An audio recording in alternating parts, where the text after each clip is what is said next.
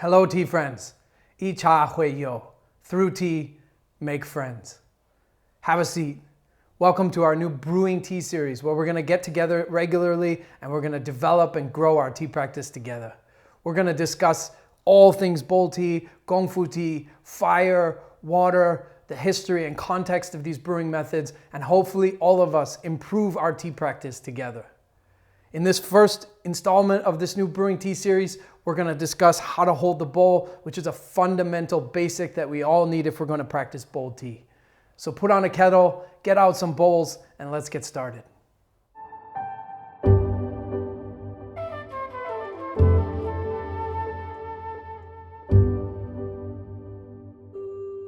We're starting this series with a lesson on how to hold the bowl because this is one of the most fundamental and important tools for a tea lover, because this is about receiving tea, and before we can learn to serve tea, we have to learn to receive tea. So this is about our relationship with tea itself and with the bowl. Holding the bowl properly actually comes from the time before there was bowls. Before there was bowls, people would go to rivers and streams and they would scoop water with their hands and drink like this. This is how our hands drink from a river.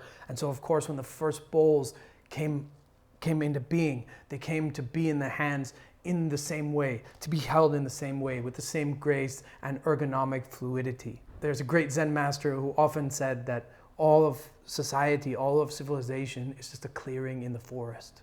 So it's important to remember that within our cities, no matter how big they get, we are always situated within nature, and nature always is surrounding us and flowing through us and in all that we do. So holding the bowl is not just a shallow or hollow form of or way of doing things that has been passed on. It has within it deep-seated function and skill. So the more we practice it, the more we learn from it, the more our tea brewing develops as we begin to listen to the teaware, listen to the tea, and ask the bowl how it wants to be held and why holding it like this improves our experience of the tea. The first principle of holding the bowl is about using two hands. When we use one hand to do things, it's easy for us to get distracted. It's easy for us to lose attention. It's easy for me to put the bowl like this and for my attention to go over here and lose the tea. When I use two hands to do anything, there's automatically more respect, more reverence, more presence. I sit more upright and I be onto that which I'm doing a lot more concretely, which is a very important part of the mindfulness aspect of tea brewing. So we're going to want to use two hands at all times. The next aspect of holding the bowl is the foundation hand, which is your offhand. So if you're right-handed like me, that's the left hand, or if you're left-handed, then that would be the right hand. This is the foundation hand. This is what holds the bowl. This is what keeps it up and keeps it stable. We're gonna wanna find the perfect place to hold the bowl for us. For most people, it's gonna be the place right where the two middle fingers meet the hand. There's a small indentation, and we're gonna put the bowl right there. And then our thumb goes on the lip. This is already very, very strong. It's very, very firm. I'm not going to drop it. I'm not going to lose it. You can notice also that my hand is straight. I'm not curling my fingers around the sides of the bowl. I'm just holding it straight out, perfectly straight. This hand is the guide hand. The offhand is the foundation hand. The strong hand is the guide hand. The guide hand is like a crab's claw. It comes into the bowl and holds it just like this. This is the perfect way to hold the bowl. Now, for some reason, beginners, especially in the West, I don't know why, but they often want to hold the bowl like this with two hands out like this. The problem with holding the bowl like this is, first of all, it's hot. This is going to be very, very challenging for you because when you're brewing very hot teas, it's going to burn your hands. Second of all, it becomes very difficult to pick up and set the bowl down because my hands are in the way, which means I kind of got to go up like this onto the sides of the bowl and set it down like this, which is very awkward and unskillful. So holding the bowl properly is very important. It keeps the bowl centered, it keeps the bowl in the right place. It also helps us to deal with the heat. If you have a bowl that doesn't have a proper foot, a tea bowl should have a thick enough and large enough foot that it doesn't get too hot. But not all of us have proper tea bowls. Perhaps they were made by potters who don't drink a lot of tea, or they're rice bowls. And any bowl is okay when you're starting out. That's perfect. It's fine if you're using rice bowls or any kind of bowl. So your bowl might be getting hot. If your bowl is too hot, you can pull it out onto the ends of your fingers. If it's still too hot, you can go up onto the fingertips. And if it's still too hot, you can dance. But you're probably not going to dance as you get better at tea brewing, tea drinking, and also get a real tea bowl that has a proper foot so that doesn't happen. Better is that it's in a little bit where the hand meets the fingers, and we hold it like this. The second fundamental of holding this bowl like this is what the two hands are doing.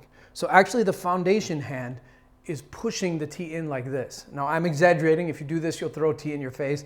So don't do it as strongly as I'm doing. I'm exaggerating just so you can see the movement. The actual movement is much, much softer and more gentle.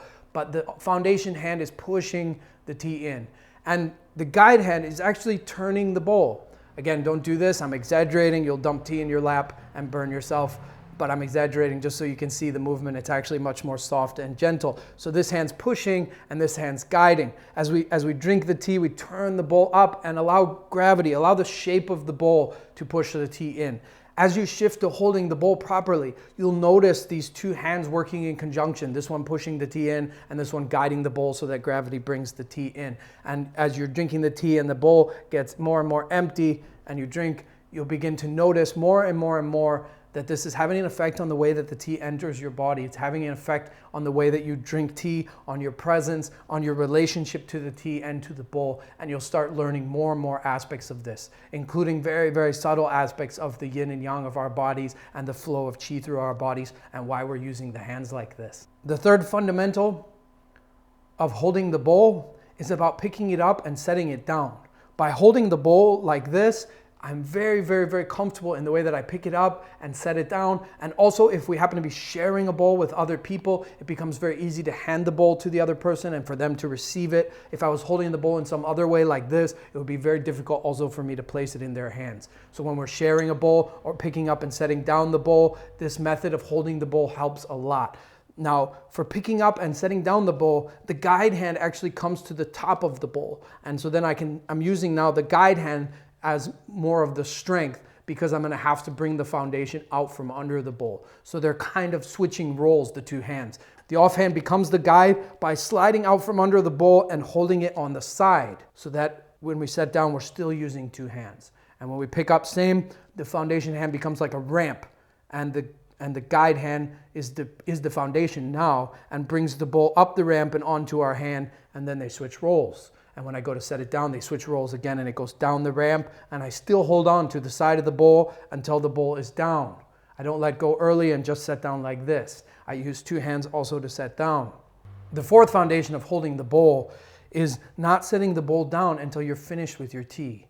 This is very important as it helps center the whole practice and keep us there with the tea. You can go as slow as you want, there's no hurry, but hold the bowl, hold it to your center. This is wonderful, especially when the weather's cool and you have this ball of warmth here. If you're drinking leaves in a bowl like I am now, you can watch the leaves open. The aroma of the tea is right below you. You can smell it, you can look at the liquor and enjoy it with all the senses as you hold the bowl. We've also found a very beautiful and poetic device, which is that if you keep the bowl at the heart and you move from the heart to the mouth and heart to the mouth, the shoulders and elbows will find their way naturally to where they need to be. Because if our shoulders are out too much, it's uncomfortable. If they're in too much, it's also uncomfortable. And so when we just move the bowl from the heart to the mouth and the heart to the mouth, the shoulders and elbows find their own natural grace. And it's also quite beautiful and poetic to bring the bowl from the heart to the mouth and heart to the mouth every time. Remember that all these principles and guidelines that we talked about for how to hold the bowl, they also apply for how to hold the cup, just on a smaller level, on a smaller scale. Obviously, a cup is small, so it needs to be further out on our fingertips, but the principles are the same for picking it up, for setting it down, except that with a cup, we are gonna use one hand to pick it up and set it down instead of keeping the second hand there. You can do this, but in Gongfu tea, we often need both hands at the same time. But for the drinking, it's the same. It looks the same. The foundation hand is the same, and the guide hand is the same. It's just on a smaller scale, so we drink tea like this with a cup. Throughout this brewing series, every time we gather here to learn about tea, I'm also gonna give you a little bit of homework so that you can practice and develop even beyond these videos. Your homework for this week is to try holding the bowl in different ways. Try what happens when you hold it like this and drink. Try what happens when you hold it with one hand versus two. And try holding it properly with the foundation hand out. Try curling the fingers. Try holding them straight, which is proper, right? Try keeping this hand here. Try putting it down too far. Try putting the elbows in. Try putting them out. Try different ways of holding the bowl and see if you can hone in why holding the bowl like this is the proper way to hold it, why holding the bowl like this is the way that the bowl wants to be held, and what that does to your tea drinking experience. So put on a kettle, take out your bowl, and practice holding the bowl in various ways until you get to the experience of holding the bowl properly. If you want to learn more about tea, go to globalteahut.org and subscribe to our magazine. You can support this video series and all our other projects. Global Tea Hut magazine comes every month. It's an advertisement-free magazine that comes to your house, jam-packed with tea wisdom on all subjects, and includes also a tea that you can drink with this growing community around the world and learn all about tea together with us. We also have an app, and on that app you can ask questions and host tea ceremonies or tea gatherings and go to other people's tea gatherings nearby you as well. You can also visit our center where we host 2 10-day courses every month. They are completely free. You can find out more at teasagehut.org. You can put some comments below, ask us questions, talk about some things you'd like to see in future videos in this Brewing Tea series, and we'll see you next time. Enjoy your tea.